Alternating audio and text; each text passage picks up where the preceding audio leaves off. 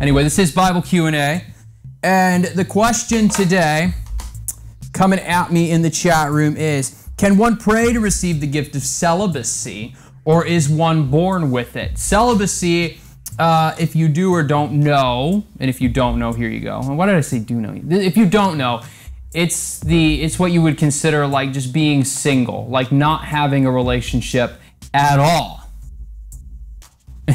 And you might say to yourself, how is that possible? Well, that's why some people consider it a spiritual gift, because it's like, wow. And I think one thing that people do get confused about, now I've never been like, like celibate, like I am celibate, but I've read a lot of stuff from people who spent a good portion of their lives being purposefully, engaged in this act of celibacy and not pursuing a relationship and not trying to be in a relationship. And all of them seem to say that it's not about a lack of a desire to be in a relationship. More so, it's about taking the energy that you would normally invest in a relationship and putting it all towards God and not having any sort. It's not about not being interested, because as they would say, as any celibate person would say, it's not that you're not interested in a relationship. I mean, everyone desires a relationship on some level. It's about taking that energy instead and just putting it towards God and putting it towards working in the church and everything. Yeah, famously, Catholic priests have to take a vow of celibacy in order to be in the church and all that.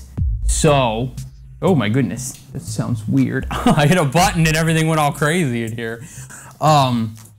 That said, Paul talks about this in the New Testament, and boy golly, I wish I had it in front of me. I said this before I started recording about firing at the hip right now. So, Paul, singleness. Yay! 1 Corinthians 7. It looks like that might be where I'm heading. Let's see.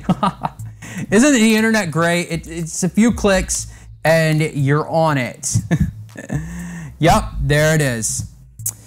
So let's start here. 1 Corinthians 7, Cure version. Now I will answer the questions that you have asked in your letter. So somebody's asking this. They're saying, hey, what about this celibacy thing? What about relationships? You asked, is it best for people not to marry? Well, having your own husband or wife should keep you from doing something immoral. Husbands and wives should be fair with each other. About having sex. A wife belongs to her husband instead of to herself, and a husband belongs to his wife instead of to himself. So don't refuse sex to each other. Here is my advice for people who have never been married and for widows. You should stay single just as I am. But if you don't have enough self-control, then go ahead and get married. After all, it is better to marry than to burn with desire. See, Paul is pointing something out here, just kind of like I was saying before with, people that I've read, books from who are talking about celibacy, who say that, it's about having a desire for God and not about getting wrapped up in, oh man, I really wish I could be dating this person, but I can't. Paul's addressing that right there. It is better to marry than to burn with desire. In other words, Paul's saying, if you burn with the desire for a relationship, then you're not called to celibacy. You're not called to this. So keep your eye open, because God will bring you someone. That's pretty much what he's saying right there. Whoa. Anyway, moving on. Verse 10, I instruct married couples to stay together, and this is exactly what the Lord himself taught. A wife who leaves her husband should either stay single or go back to her husband, and a husband should not leave his wife. I don't know of anything else the Lord said about marriage. All I can do is give you my own advice. If your wife isn't following, blah, blah, blah, blah, blah, blah. Looks like that's about it. I'm just making sure there's nothing extremely relevant here. Yeah, looks like it. So really, it hovers around verse 8 and 9 in terms of the celibacy stuff. And this is how Paul kind of lays it out. And that's where people come from today. And that's part of the reason why, some churches, including the Catholic Church, expect their priests to be celibate, because they do see Paul saying here that it is the higher standard, and they believe that priests should live a different kind of life. Now, all that aside, that may not have anything to do with the question directly, but it helps frame things up so that the answer doesn't just come out of nowhere. You know what I'm saying?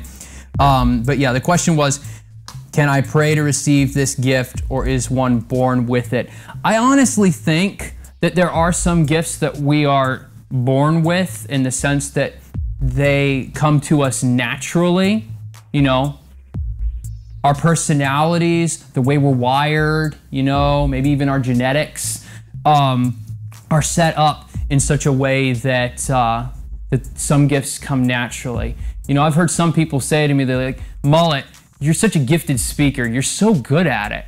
You've got a strong voice, and you've got clear words, and you got a sharp mind. And it's just like, well, I'm just sort of wired that way. It's not really necessarily a gift, but it is a gift at the same time. But I hope you understand what I'm saying.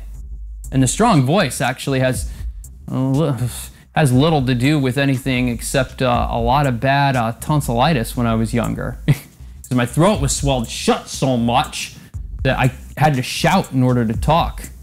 And I was like that for a long time. So when they finally fixed me up and I could talk, I was walking around everywhere screaming at the top of my lungs.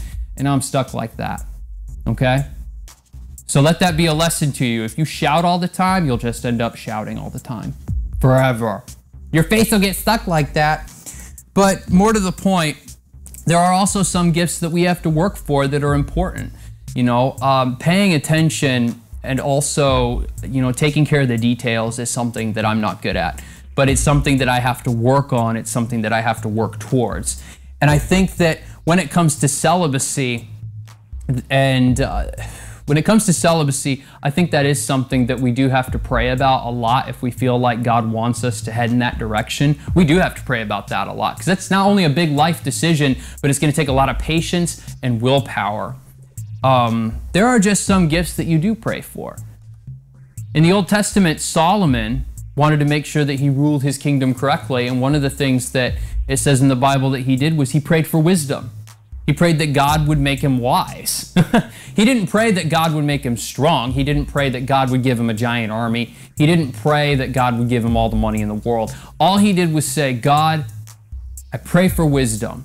I pray that I will have the mind and the thinking to rule this kingdom in the best way possible. And then everything else just came as a benefit of that. So I think that celibacy kind of falls into that same line. It is something that, you know, does have to be prayed for, but it's also something that we have to be called to. I don't think it's something that we can really will into existence, which is exactly what Paul is getting at in 1 Corinthians 9. After all, it is better to marry than to burn with desire.